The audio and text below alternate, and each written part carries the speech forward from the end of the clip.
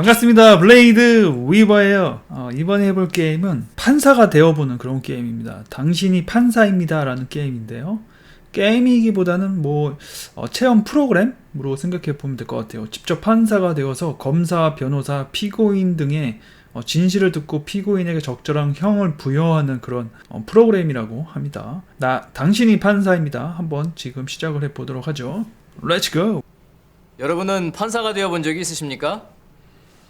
지금부터 여러분은 직접 판사가 되어 형사사건의 재판을 체험하게 될 것입니다. 사건의 본질을 파악하고 피고인에 대한 양형을 결정하는 중대한 일이 될 텐데요. 그렇다고 너무 긴장하지는 마시고요.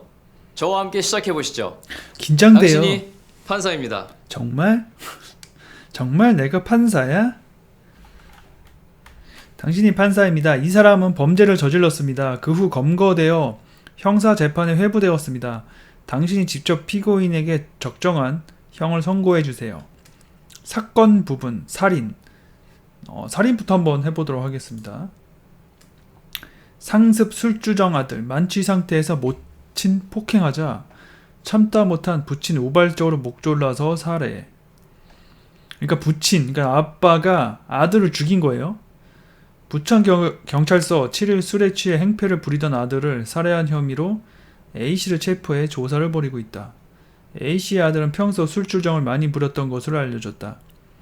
사건 당일에도 밤늦게 술에 취해 집에 들어와 물건을 부수고 가족의 욕설을 퍼붓는 등 행패를 부렸고 A씨는 이를 만류하다가 화가 나 넥타이로 아들의 목을 졸라 살해한 것으로 밝혀졌다. 근데 여기서 좀 변수가 있는 게 처음에는 만류하다가 우발적으로 죽인 게 아니라 실수로 죽인 게 아니라 화가 나서 아들의 넥타이로 일부러 죽인 거예요. 이거는 거기서 이제 좀 형이 좀 어떻게 좀 바뀔 수 있을 것 같아요. 경찰은 A씨가 사건 직후 스스로 112에 신고를 했고 이건 자수는 또 했네요. 그럼 또 감형이 되죠. 지구 경찰관이 현장에 도착했을 때 현관문을 열고 거실에 앉아 있었다고 합니다. A씨는 순순히 범행 사실을 시인하고 경찰의 조치에 따랐다. 경찰은 A씨에 대해 구속영장을 청구할 예정이다. 언론이나 기타 미디어를 통해 미 사건을 접했을 경우 적정한 형량이라고 판단되는 항목을 선택해 주세요.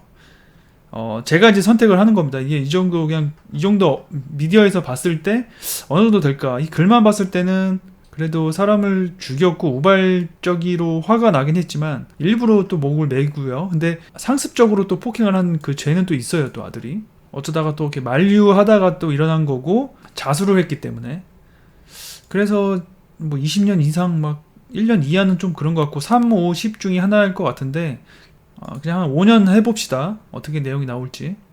또 집행유예란 선고형이 벌금 500만 원 이하, 징역 3년 이하인 경우 형의 집행을 유예할 수 있습니다. 징역 1년에 집행유예 2년 이렇게 예시가 되어 있고요. 다음 단계 가보도록 하겠습니다. 한 사람의 미를 바꿀 수 있는 형사재판을 시작하기에 앞서 지금부터 사건 현장 속으로 들어가 보겠습니다.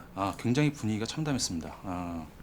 어머니는 굉장히 많이 울고 계셨고 그리고 피해자는 이미 숨진 상태였고 분위기는 집안 잡기들이나 이런 것들이 다 부서져 있었고요. 굉장히 암울한 그리고 참혹한 상태였습니다. 현식이 왔어? 카드 또 정지시켰어?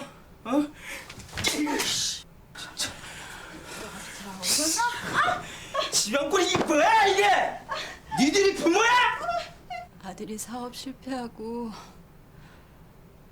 밤낮으로 매일같이 술에 취해서 화내고 소리 지르고 아들이 엄마의 카드를 가지고 나가서 술을 먹고 택시 요금을 지불을 하려고 했는데 그게 안 돼서 카드가 정지가 돼서 창피를 당했던 모양입니다.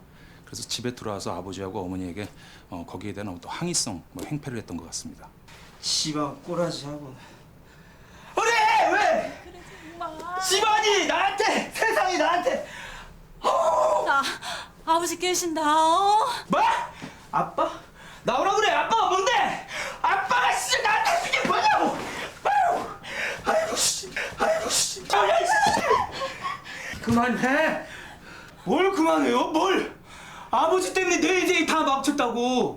그거 알아요? 아니 아빠가 현식이가 의자 던지는 걸 보고는 너무 놀래가지고 나와서 애를 말리려다가 왜 이래 나가 이 새끼야!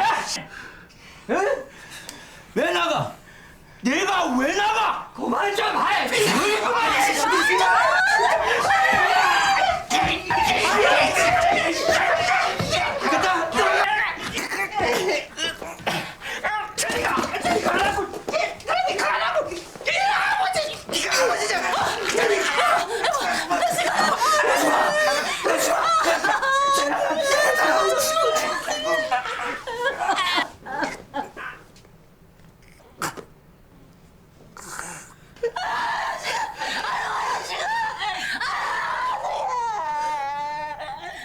굉장히 사고는 한순간이에요. 내가 볼 때는 아들 내미가 잘못했어. 버르장머리가 없고 혼이 좀 나야 되는데 그렇다고 또 살인을 또 저질렀기 때문에 궁금하네요. 형량이 어떻게 나올지. 법정형 및 양형의 조건. 형법 제250조 제1항 살인. 사람을 살해한 자는 사형 또는 무기징역 또는 5년 이상의 징역을 처한다. 일단 살인을 했으면 사형 내지는 무기 또는 5년 이상이에요. 그러니까 최저가 5년 이상이라는 소리네요. 그 다음에 양형. 형을 정함에 있어서 다음의 사항을 참작하여야 한다. 범인의 연령, 경행, 지능과 환경, 피해자에 대한 관계, 범행의 동기, 수단과 결과, 범행 후 정황. 범행 후 정황은 자수를 했기 때문에 여기서 이제 조금 깎일 것 같고요. 대신에 관계 때문에 좀 더 올라갈 수도 있고, 징역 법정형의 범위는 1개월 이상 30년 이하이며 가중할 때에는 50년까지 가능하다. 벌금 법정의 범위는 5만 원 이상이며 감경하는 경우 5만 원 미만으로 할 수 있다. 집행유예 선고형이 벌금 500만 원 이하 또는 징역 3년 이하인 경우 1년 이상 5년 이하의 기간형의 집행을 유예할 수 있다. 정당방위 형법 제21조 자기 또는 타인의 법의에 대해 현재의 부당한 침해를 방해하기 위한 행위를 상당한 이유가 있을 때는 벌하지 아니한다.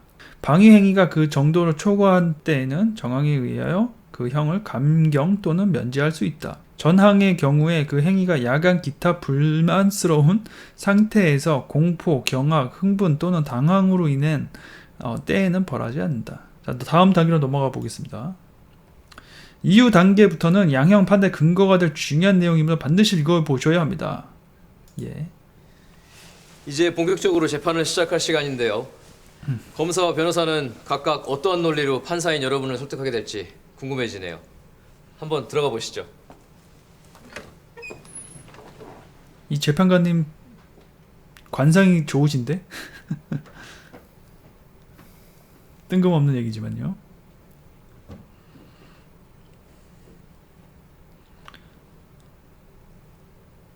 모두 자리에 앉아주세요.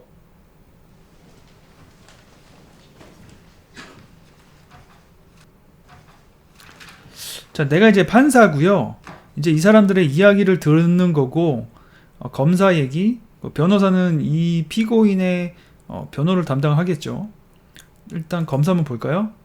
범죄를 저지른 경위는 어떠한가? 변호. 피고인은 범행 후 어떻게 행동했나? 피고인. 최종 의견. 일단 검사부터 볼게요. 범죄를 저지른 경위는 어떠한가요?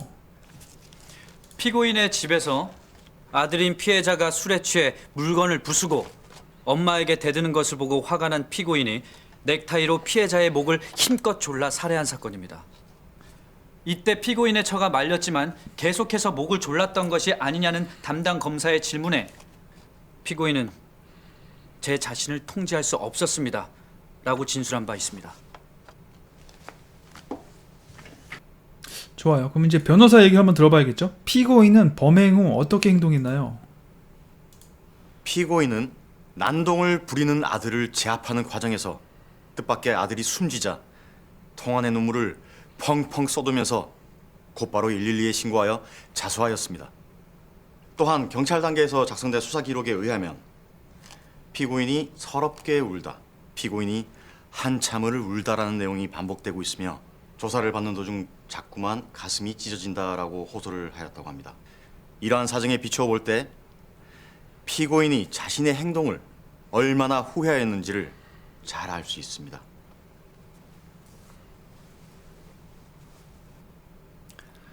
자, 그러면 자신을 통제할 수 없고 스스로도 잘못을 좀 인정하고 슬픔에 빠져 있기 때문에 형량이 좀 어떻게 될지 궁금한데 이제 두 번째 한번 볼까요? 피해자는 어떤 사람이었나요?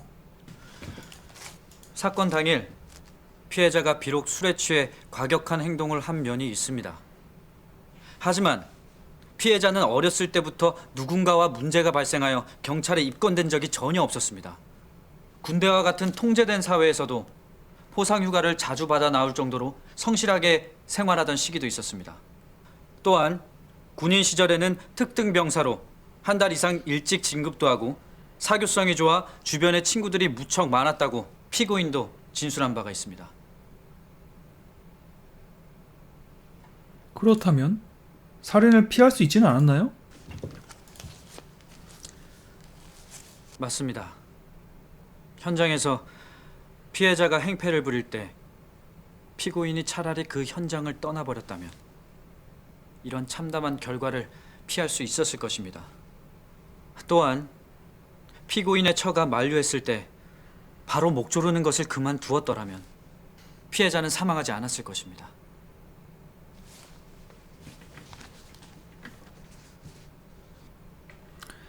검사 최종 의견을 진술하세요.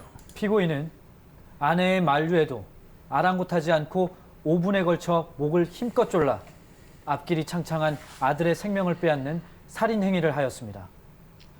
살인 범죄 양형 기준에 의하면 피고인의 범행에는 잔혹한 범행 수법이라는 특별 가중 요소가 적용될 수 있는 중한 사안이라 할 것입니다. 이와 같이 피고인의 범행 수법이 좋지 않은 점, 범행 과정에서 피해자가 크나큰 고통을 받았을 것으로 보이는 점 등을 감안할 때 피고인에게는 그 행위와 결과에 상응하는 엄한 처벌이 필요합니다. 이 사건에 대하여 관대한 형을 선고한다면 친족 간에 벌어진 살인 사건에 대하여 우리 사회에 경종을 울리기는커녕 선처를 받을 수 있다는 잘못된 인식을 심어줄 우려가 있다는 점도 반드시 고려되어야 합니다.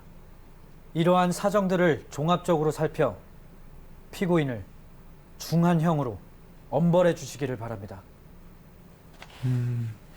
검사의 입장이고요. 그럼 이제 변호사의 입장 한번 볼까요? 사건 이후 피고인은 자신의 범행에 대하여 어떤 생각을 하고 있었나요? 피고인은 자신의 잘못을 깊이 반성하고 있으며 뼈저리게 후회하고 있습니다. 이와 같은 돌이킬 수 없는 결과가 발생한 데 대하여 밤을 새워 눈물로 작성한 30통 이상의 반성문을 재판부에 제출한 바 있습니다. 또 반성은 또 하고 있습니다. 피고인이 앞으로 이러한 중한 범죄를 다시 저지를 가능성이 있나요? 술에 취한 아들의 난동을 어떻게든 제압하고자 했던 단순한 생각이 이러한 비극적인 결말로 이어질 것이라고는 피고인도 전혀 생각하지 못하였을 것입니다. 피고인은 아들에게 매 한 번 들어본 적 없고 지금까지 단 한 건의 전과도 없이 선량하게 살아왔습니다. 피고인이 이러한 중한 범죄를 다시 저지를 가능성은 없다고 생각합니다. 다시 일어날 일은 없을 거고. 자, 변호인 최종 의견을 진술하세요. 이 사건은 술에 취해 부모에게 행패를 부리는 아들을 제압하는 과정에서 우발적으로 발생한 것으로 피해자에 의해 유발된 면이 매우 큰 사안입니다. 또한 피고인은 범행 후 잘못을 크게 뉘우치고 곧바로 자수하였습니다. 피해자의 유족들도 피고인의 처벌을 전혀 원하지 않고 있으며 피고인도 형벌 이상으로 고통스러운 나날을 보내고 있습니다. 살인범죄 양형 기준에 비춰볼 때 이 사건에는 감경 요소인 피해자 유발, 자수, 처벌 불원 등이 적용되는 반면 가중 요소가 적용될 여지는 없다 할 것입니다. 한편 구체적으로 타당한 사정이 있는 경우에 판사는 양형 기준을 이탈하여 형을 정할 수 있습니다. 이러한 사정들을 두루 참작하여 피고인을 법이 허용하는 가장 가벼운 형으로 선처해 주시기 바랍니다. 고민된다. 그렇다면 피고인의 마지막 최종 의견을 진술해 보세요. 다 들어봐야지.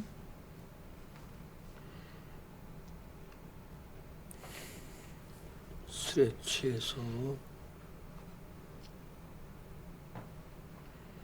정신 나간 아들을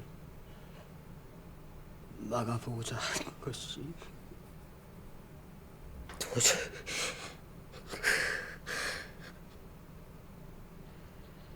돌이킬 수 없는 일을 저지른 것에 대해서 조지의 자식 잃고 살인자의 아내가 된 집사람을 생각하면 또 가슴이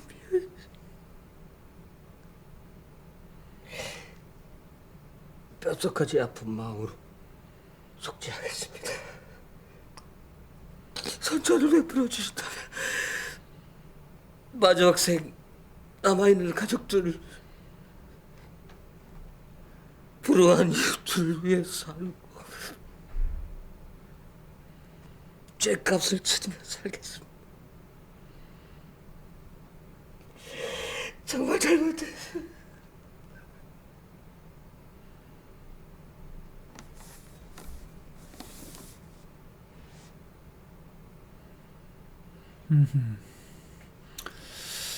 그렇다면 일단 최종 공방 한번 보죠. 보다 정확한 적절한 판결을 위해 판사에게 보낸 탄원서를 확인하고 선고에 참고하세요. 이런 거 탄원서도 어느 정도 영향이 좀 있더라고요, 보니까. 남편은 기념일을 잘 챙겨주시는 자상한 사람이었습니다. 두 아들에게 부족한 것 없이 잘해 주었다고 생각합니다. 남편은 아들이 어릴 때부터 매를 한번 들어본 적이 없었습니다. 아들이 원하는 대로 가게를 내어주기도 하는 등 아들이 자리를 잡고 살도록 물신양면으로 지원하였습니다. 아들은 사건이 일어나기 전부터 술에 취해 물건을 부수는 등 주사가 있었습니다. 제가 어릴 때부터 잘못 키운 것 같습니다. 어릴 때부터 뭐든지 다 해준 탓에 혼자 자립하지 못하는 아이가 되었던 것 같습니다. 상황이 이렇게 되었지만 아직도 남편이 아들에게 그러한 행동을 했다는 것이 믿어지지 않습니다. 남은 아들 역시 자신이 세상에서 가장 사랑하는 사람인 아버지가 너무 그립다며 충격에서 헤어나오지 못하고 있습니다. 부디 선처하시오. 남은 사람들의 가정을 지켜주시기 바랍니다. 그리고 피고인의 친구이자 직장 동료. 피고인은 제가 볼 때 정다운 성격으로 가족들과 이야기도 많이 하였던 것으로 기억합니다.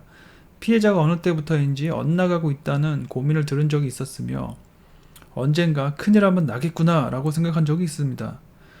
저는 두 아이의 아버지로 피고인과 15년이 넘게 알고 지냈습니다. 나쁜 자식이든 좋은 자식이든 부모에게 다 같이 소중한 자식이라 그 상황이 너무 슬픕니다. 이미 아들을 잃어버린 가정에 또다시 중요한 아버지마저 잃게 된다면 남아있는 아내, 남은 아들, 피고인의 부모는 무엇에 의지해 살아갈 것입니까? 제가 부탁드리고 싶은 것은 죄에 대한 처벌은 충분히 이해가 가지만 살펴주셔서 좋은 결과가 있었으면 좋겠습니다. 그러니까 좀 형을 좀 줄여달라는 탄원서 드립니다. 그 아버님 자체가 평상시에 굉장히 잘 하셨네요. 기본적으로.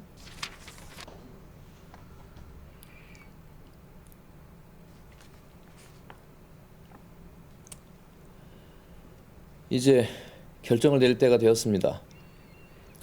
사건의 본질과 양형 기준에 대해서 충분히 파악하셨나요? 여러분이 어떤 판결을 내리실지 궁금합니다. 저도 함께 고민해 보도록 하겠습니다.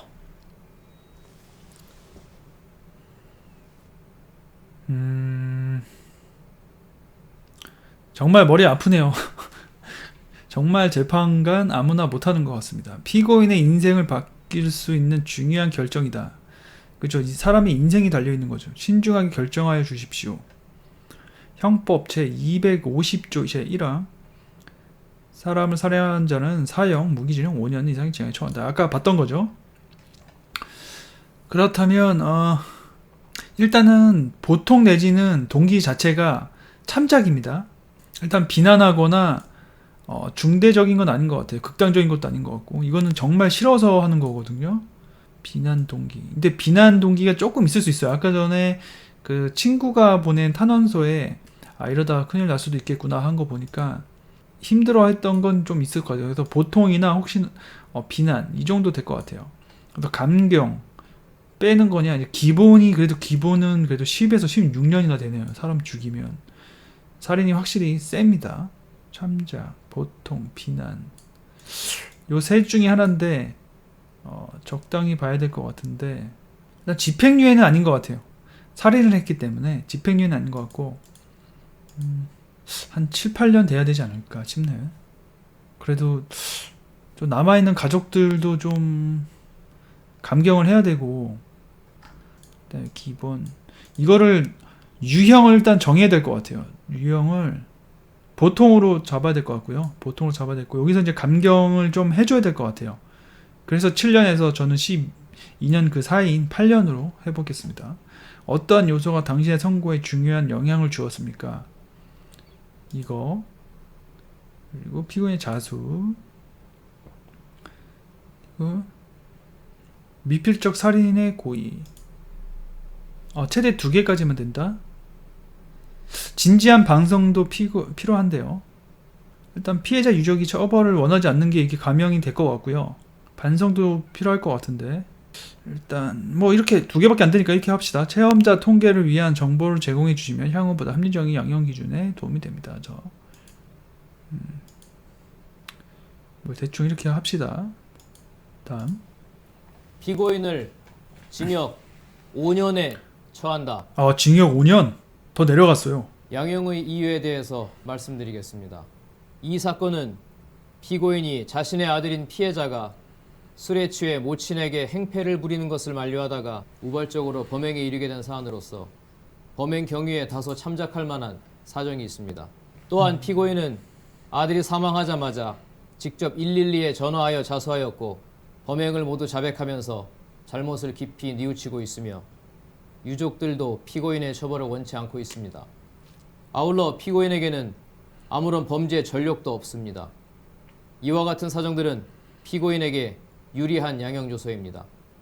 그러나 살인죄는 그 무엇보다도 존엄한 가치인 사람의 생명을 침해하는 행위로서 그 이유를 막론하고 결코 용인될 수 없는 중대한 범죄입니다. 피고인의 범행으로 말미암아 피해자가 큰 고통 속에서 생명을 잃는 돌이킬 수 없는 결과가 초래되었으며 유족들에게도 평생 지울 수 없는 고통을 가하였습니다. 이와 같은 사정들은 피고인에게 불리한 양형 요소입니다. 이러한 사정들과 피고인의 연령, 성행, 환경 등 이 사건 변론에 나타난 양형의 조건들을 종합적으로 고려하여 주문과 같이 형을 정하였습니다. 수고하셨습니다. 재판이 끝났네요.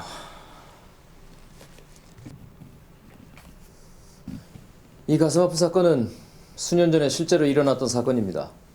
당시 국민참여재판을 통해서 징역 5년의 형량이 선고되었었는데요. 어떠한 기준으로 양형이 결정되었는지 이제 아시겠죠?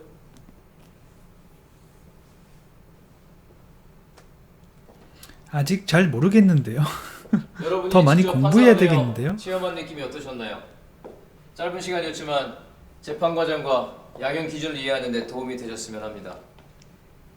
이제 여러분도 판사입니다. 판사. 그러네요. 그러니까 저도 봤을 때 감형이 많이 될 것 같았어요. 감형이 많이 될 것 같았어.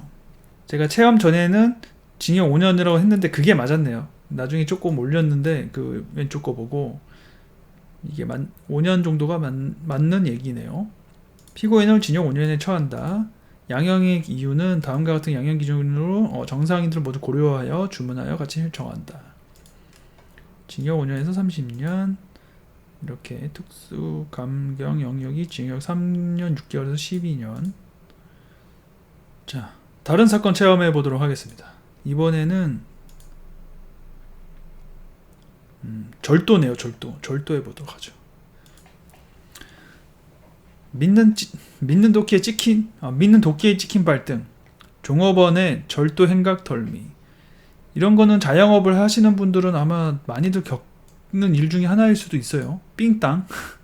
서부 경찰서는 영업이 끝난 음식점에 침입해 금고에 보관 중인 현금 26만 원과 식재를 훔친 혐의. 박모 씨를 입건 조사하고 있다고 밝혔다. 경찰에 따르면 박 씨는 지난 20일 오후 10시 37분쯤 경기도 소재 모 음식점에 침입해 소형 금고에 보관 중이던 현금 26만 원과 식재료를 훔쳐 달아난 혐의를 받고 있다. 경찰 조사 결과 박 씨는 자신이 종업원으로 일하였던 이 음식점의 화장실이 평소 열려있다는 사실을 알고 이 같은 범행을 저지른 것으로 드러났다. 보통 이런데 몰래 들어가서 범행하는 거 보면 그쪽에서 일하는 그런 사람들이 꽤 은근히 많더라고요. 보니까 다 도망갈 곳, 몰래 숨어 들어올 곳을 미리 다 알고 있으니까. 언론이나 기타 미디어를 통해 이 사건을 접했을 경우 적정한 형량이라고 판단되는 항목을 선택해주세요. 일단 26만 원 정도. 근데 이거는 미리 계획을 했던 거예요. 미리 계획을 했어. 그래도 돈은 그렇게 많이 안 훔쳐간 26만 원 정도의 식재료 정도니까 야간 주거 침입 절도였고요. 그렇게 강하지는 않은데 일단 이거 가지고 구속시키기는 좀 그런데? 일단 집행유예로 봐도 될 것 같아요. 집행유예 한번 볼까요?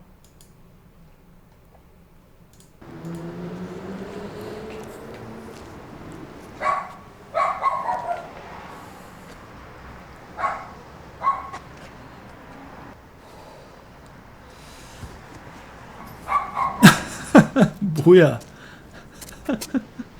뭐야? 아 너무 티잖아 이건. 나 왔어요잖아 이거는. 차라리 뭐 후드랑 모자를 쓰고 뭐 선글라스 끼면 모를까. 아 저 작은 창문으로 들어간다고? 야 저렇게 말라야 돼. 말라야 강도짓도 해먹네.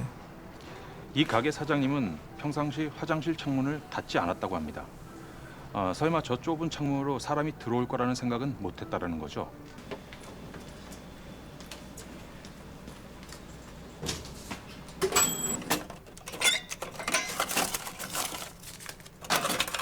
이번 사건은 절도 사건 치고는 피해가 큰 사건은 아니었습니다. 현금 26만 원에 물품이 대략 16만 원 정도로 알고 있습니다. 내사 그 돈 있어도 살고 없어도 살고 한데 그 어린 놈의 새끼한테 내가 이렇게 뒤통수를 맞을 줄 누가 알았겠어. 그래도 막 열심히도 하고 손님한테도 잘하고 깍듯이 의사도 하고 웃음도 짓고 간데 역시나 사람은 두고 봐야 되는 거예요. 사람은 두고 봐야 되는 게 정답입니다. 인상이랑 첫인상 보고 결정을 하면 안 돼요. 겪어봐야 돼 사람은. 내가 볼 땐 그렇게 큰 사건은 아닌데요. 아까 봤던 것들이고요. 자 검사 말부터 한번 쭉 보겠습니다. 범행의 경위는 어떠한가요? 네. 피고인은 피해자가 운영하는 식당의 종업원으로 일했던 적이 있습니다. 범행 당일 새벽 3시 5분경 위 식당에 이르러 종이박스로 CCTV 화면을 가린 후 잠기지 않은 화장실 창문을 통해 침입한 다음 카운터 금고에 보관 중이던 현금 26만 원과 식당 냉장고에 있던 16만 원 상당의 식료품을 절취하였습니다. 전과가 있나요? 네, 그렇습니다. 피고인은 이미 한 차례 동종 범죄로 벌금형을 처벌받았던 전과가 있습니다. 전과가 그리고 있구나. 이번 사건도 피해 금액이 그리 큰 것은 아니지만 이러한 사건을 약하게 처벌한다면 또다시 이러한 범죄가 재발될 우려가 있다고 생각합니다. 맞는 얘기고요.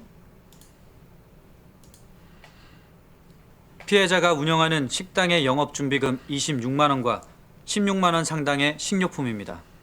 또한 이 사건으로 인해 피해자는 정상적인 영업을 하지 못하였으며 인근 상인들도 범죄에 대한 불안감에 시달리는 등 전체적인 피해는 결코 가볍다고 볼 수는 없을 것입니다. 자, 최종 의견을 진술하세요. 이 사건은 개인적인 피해보다 사회적인 피해가 더욱 중한 사안이며 그 피해 또한 모두 회복되지 않았다는 점에 주목할 필요가 있습니다. 피고인이 피해액을 변상했다고는 하지만 근처에 작은 가게를 운영하는 상인들은 유사 범행에 대한 불안감에 계속 시달리고 있습니다. 또한 피고인이 같은 종류의 범죄로 처벌받은 전력이 있음에도 또다시 이런 범행을 저지른 점을 결코 가볍게 보아서는 안 될 것입니다. 피고인을 가볍게 처벌할 경우에 앞으로 피고인이 다시 범죄를 저지르거나 상습범으로 발전할 위험성이 농후하다 할 것입니다. 이러한 사정들을 감안하여 피고인을 실형으로 엄벌함으로써 다시는 범행을 반복하지 않도록 법의 준엄함을 일깨워 주시기 바랍니다.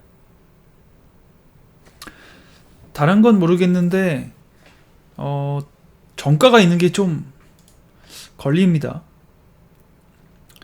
범행 동기는 무엇인가요? 피고인은 피해자의 식당을 그만둔 후 일용직 노동자로 일해왔습니다. 그러던 중 피고인의 아내가 아들을 출산했는데 피고인의 수입으로는 병원비를 지불하기가 힘들었습니다. 나이 어린 피고인이 자녀까지 얻게 되어 경제적으로 어려웠으며 가장으로서 책임감 때문에 병원비를 마련하기 위하여 범행에 이르게 되었습니다. 또 사정은 딱하네요. 사건 이후 피고인 자신의 범행에 대해서 어떤 생각을 가지고 있나요? 피고인은 자신의 잘못을 모두 인정하면서 깊이 반성하고 있습니다. 판사님께서 선처해 주신다면 다시는 이와 같은 과오를 반복하지 않고 한 아이의 아빠로서 성실하게 살아가리라 굳게 다짐하고 있습니다. 또 조그만 아이의 또 아빠네요. 또 젊지만. 근데 구속을 시켜버리면 또 생계가 또 문제가 될 수가 있는데 피고인은 범행 후 피해를 변상하였나요? 피고인은 수입이 없는 가운데서도 돈을 마련하여 피해 금액을 전액 변상하였고 피해자를 찾아가 백배 사죄하는 등 피해 회복을 위해 모든 노력을 다하였습니다. 그리하여 피해자도 지금은 피고인에 대한 처벌을 원치 않고 있습니다. 피고인도 원치 않아요? 그러면 뭐 그냥 벌금 정도로 해도 되겠는데? 자, 변호인 최종 의견 진술하세요. 이 사건은 피고인이 아내의 병원 치료비를 마련하기 위하여 저지른 사건으로 생계형 범죄에 해당합니다. 또한 피고인이 침입한 장소는 실내 주거공간 이외의 장소라는 점도 참작되어야 할 부분입니다. 이 사건으로 발생한 피해는 경미하고 범행 후 피고인이 피해자를 찾아가 진심으로 사죄하면서 피해를 모두 변상해 줌으로써 피해자도 피고인에 대한 처벌을 원치 않고 있으며 피고인은 자신의 잘못을 모두 인정하고 진지하게 반성하고 있습니다. 절도범죄 양형 기준을 고려할 때 위와 같이 피고인에게 유리한 감경 요소가 충분히 존재하는 반면 별다른 가중 요소가 없으므로 감경 영역에 해당하고 집행유예도 긍정적이라는 점을 말씀드립니다. 이러한 재반 사정을 충분히 참작하여 피고인이 사회에서 계속 가족들을 돌볼 수 있도록 집행유예로 선처해 주시기 바랍니다. 자, 피고인 최종 의견 진술하세요.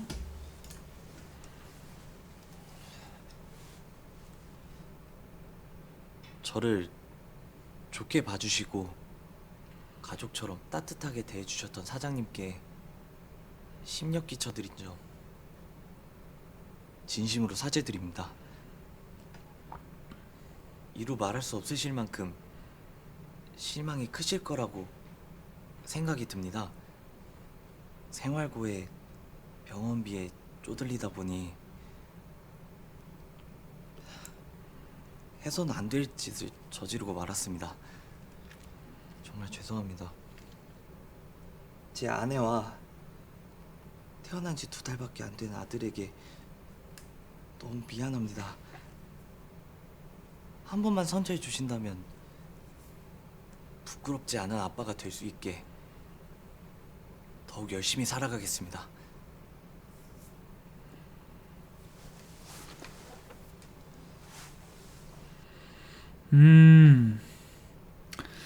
보니까 이거는 탄원서 한번 보도록 하겠습니다. 피고인의 친구, 피고인과 생활하면서 이러한 사건에 연루될 것이라고는 생각해 본 적이 없다. 그만큼 학창 시절에 특별히 나쁜 행동을 하거나 눈에 띄는 행동을 한 적이 없었기 때문입니다. 현재 우리나라 사회에서 일용직 근로자로서 살아가는 것은 생각보다 어렵습니다. 아무리 노력해도 벗어날 수 없는 가난 때문에 이런 상황이 발생했다고 생각합니다. 사랑하는 아내가 출산으로 병원에 입원했는데 병원비가 부족할 때 누구라도 한 번은 그러한 마음을 먹을 수도 있지 않을까요? 나쁜 행동을 하는 아버지가 되고 싶은 사람이 있을까요? 물론 친구가 잘했다는 것은 아닙니다. 자신이 한 행동에 대해서는 책임지는 것이 맞겠지요. 하지만 엄벌을 내릴 정도의 행동은 아니라고 생각합니다. 앞으로 친구가 이런 행동을 하지 않고 좋은 시민으로 살아갈 수 있던 교육의 기회를 생각하고 저 또한 친구가 정상적인 생활로 돌아갈 수 있도록 함께 노력하겠습니다. 피해 점포 인근 상인 피해자를 강하게 처벌해주세요. 피고인은 지난 20일 본인의 바로 옆 가게에서 현금을 훔쳐 달아난 사건으로 본인뿐만 아니라 동료 상인들도 상당한 기간 정상적인 영업을 하지 못하였습니다. 상가 사람들도 범죄에 대한 불안감에 종업원을 믿지 못하는 불행한 일이 발생하고 있습니다. 피해 금액이 비록 많다고 볼 수는 없지만 사회 불안함을 조성하는 이러한 절도 범죄를 사람들 간의 신뢰를 무너뜨리는 중대한 범죄로서 일벌백계 하여야 할 것입니다. 듣기로는 피고인이 전과가 있는 것으로 알고 있는데 더 큰 범죄를 저지르는 것을 막기 위해서라도 강력한 처벌을 해야 합니다. 이번에는 탄원서가 하나는 좋은 거 하나 나쁜 거네요. 좋아. 그렇다면